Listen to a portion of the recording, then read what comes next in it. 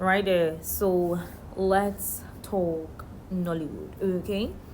For some days now, the street has been very, should I say noisy? Permit me to say noisy, okay? But yeah, it has been noisy because Nigeria's Uche Montana released her movie titled Monica part 1 some weeks ago, and then days ago she released part 2 where you and I all have a say about that movie.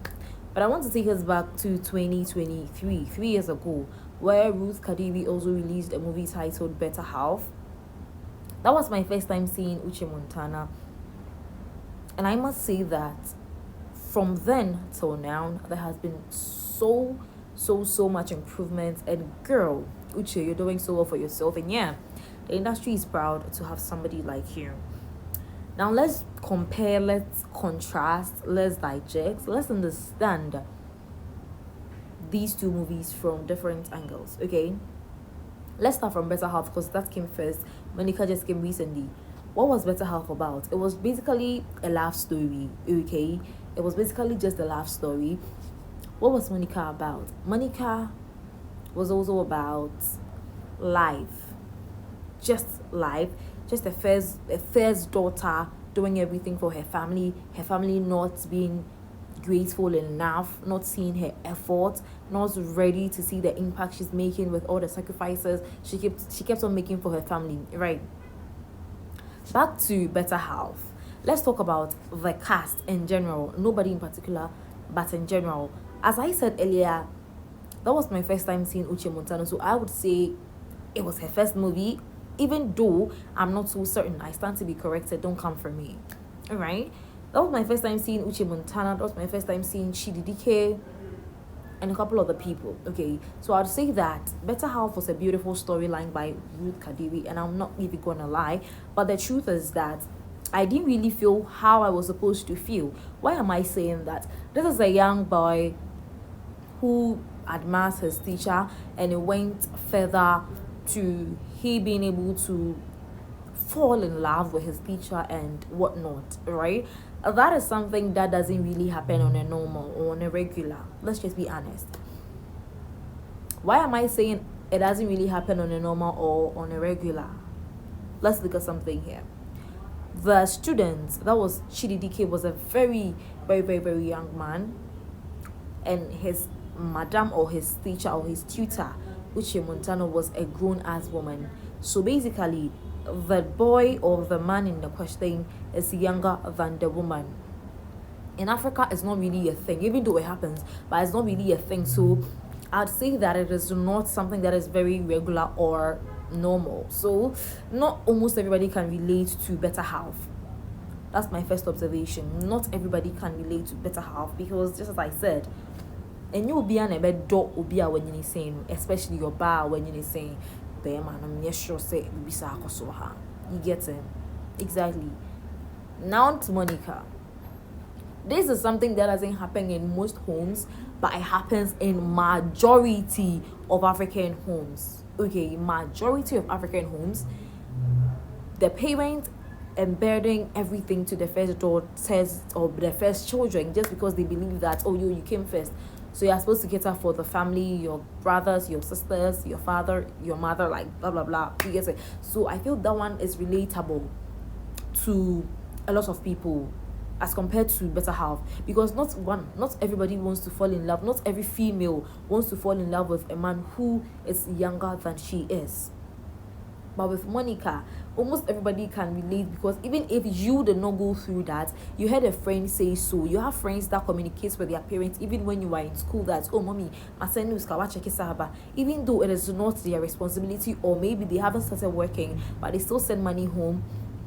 Maybe your story might not be as intense as Monica's own, but still it is some way somehow relatable. Where the love, not everybody wants to love, not everybody wants to fall in love, not everybody believes in love. So I think that Monica is relatable in that way, and Better Half is not so much relatable in that way. Now, away from that, let's talk about the cast. As I said initially, that in the beginning of the movie Monica, from part 1 through to part 2, I feel that the cast made everybody fall in love with the movie, because at a point I even forgot I was watching a movie, and I wished I could meet Monica and then give her 2 dirty slaps. But with Better Half, you could see that you are actually watching a movie. I don't know if what I'm saying is a little bit getting close to, but truth is, Better Half looked like a movie. As I said, it is not so much relatable and it doesn't make it too much realistic. So it looked like a movie. Even the end, how the madam came to realize that, oh, this is my student and I'm angry, and later on they became a thing and all of that. It doesn't really look realistic. It just looks like a movie, okay? Because how many people just even fall in love blindly?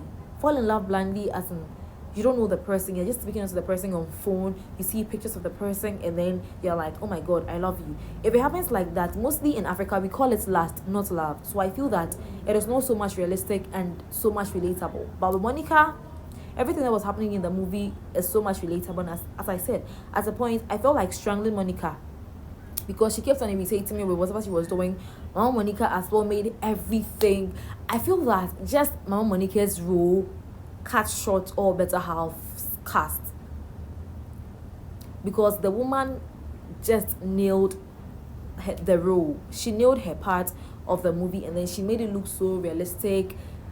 Like, bro, in a nutshell, I'm just trying to say that, right? Better Half looks like a movie, and Monica doesn't really look like a movie, okay? Now, away from that also, as I said initially, the storyline somehow felt like it wasn't so realistic, because how many people even believe in love today?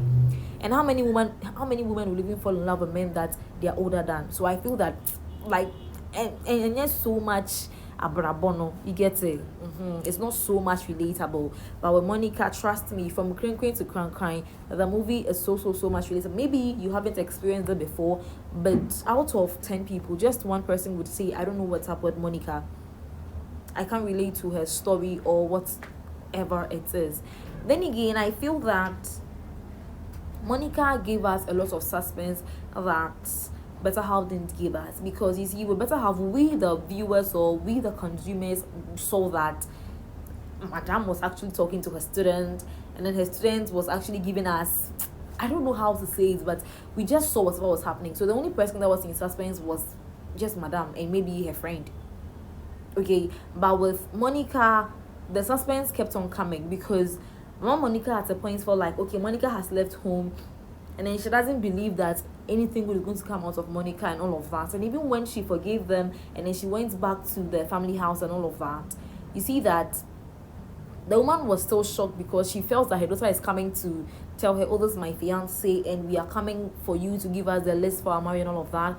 Not only for her to find out that she's actually the guest, or she's going to be a guest at her daughter's wedding. So I feel that, and again, one thing that Better Half taught was that